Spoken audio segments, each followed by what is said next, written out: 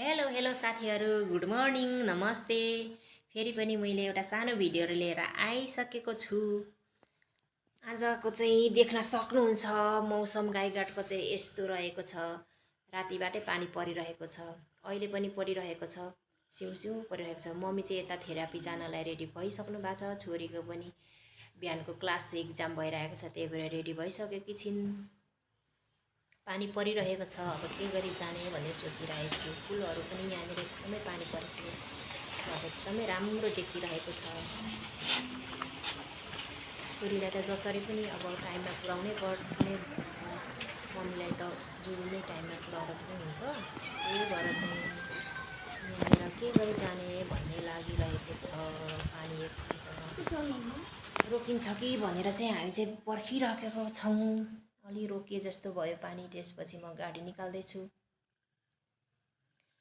गाडीमा निकाल्दैछु, छोरीलाई पनि जानलाई बोलाइरहेको छु। म चाहिँ गाडी चढिसकेँ। मम्मीलाई चाहिँ भिडियो गर्न लागिरहेको थिएँ, त्यही भएर यस्तो गर्नु मम्मी भनेर चाहिँ मैले भनिरहेको छु। म चाहिँ झरिसकेँ। पानी चाहिँ सिउँ सिउँ परि नै रहेको छ। छोरी पनि आइसकिन्। त्यसपछि मम्मीलाई म फेरि लिनु आउँछु बस्दै गर्नु भनेर चाहिँ भनिरहेको छु। दुईजना जान एकैचोटि चाहिँ एकदम गाह्रो हुन्छ, त्यही भएर चाहिँ म खेप लाउँछु, छोरीलाई पुऱ्याएर आउँछु। त्यसपछि म मम्मीलाई लिएर जान्छु थेरापीको लागि। त्यसपछि म चाहिँ छोरीलाई लिएर गइसकेँ। म छोरीलाई पुऱ्याएर पनि आइसकेँ। यतातिर ठुली सिर्जुले चाहिँ खानापिना बनाउनु थालिसकेको रहेछ। यतातिर तरकारी पनि काटिरहेको छ। म चाहिँ मम्मीलाई पुऱ्याएर आएपछि सरसफाइतिर लागेँ। सरसफाइतिर लागिरहेको छु साथीहरू। मेरो चाहिँ दैनिकी यस्तै हुन्छ। सरसफाइ गरिरहेको छु। त्यसपछि सरसफाइ गर्न नि टाइम लाग्छ। तल माथि गरेर निकै समय लाग्छ। छोरी मान्छेको त अब यस्तै हो नि, अनिवार्य काम यस्तै हो। काम चाहिँ देखिन्न, खाली पनि हुन्न भने जस्तै हो, यस्तै हो। म माथि गइसकेँ, तल सरसफाइ गरेर माथि गइसकेँ। देख्न सक्नुहुन्छ साथीहरू। म माथि गएर बढाइरहेको छु, पोचा लाउँदैछु।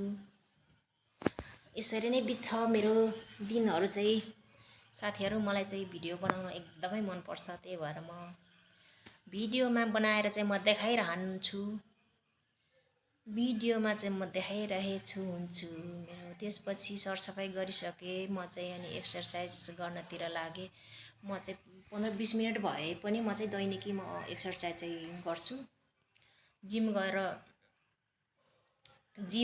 गइराख्नु पर्दैन, घरमै यसरी गर्न सकिन्छ साथीहरू। जिमकै ड्रेस लाएर एक्सर्साइज गर्नुपर्छ भन्ने पनि छैन। म चाहिँ आफूलाई सहज जस्तो लाग्छ त्यस्तै लाएर घरमै यसरी एक्सर्साइज गर्छु। दिनकै समय मिलाएर, कति समय अनुकूल मिलाएर चाहिँ म 15-20 मिनट समय अलिक भएको बेला चाहिँ 1 घन्टासम्म गर्छु। त्यसपछि मेरो ड्रेस देख्नु भएर चाहिँ कोही कोही चाहिँ अचम्म मान्नुहुन्छ होला, तर अचम्म नमान्नु होला। आफूलाई जस्तो सहज लाग्छ त्यस्तै लाउने हो। म चाहिँ त्यस्तो लाग्छ।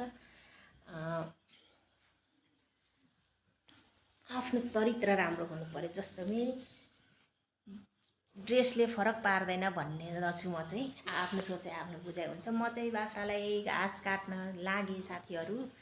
घाँस काटिरहेको छु। पानी पनि परेकोले चिसो चिसो छ, एकदमै सिकसिको भइरहेछ। घाँस काटिसकेँ। त्यसपछि छोराको यता त्यता गर्दा गर्दै नानीलाई छोरालाई पुर्याउने टाइम पनि भइसक्यो। छोरा पनि रेडी भइसक्यो। छोराको चाहिँ दिउँसोको इक्जाम छ, त्यही भएर छोरालाई आजको तयारी के कस्तो छ भन्दै सोधिरहेको छु। त्यसपछि म छोरालाई लिएर स्कुल जान्छु।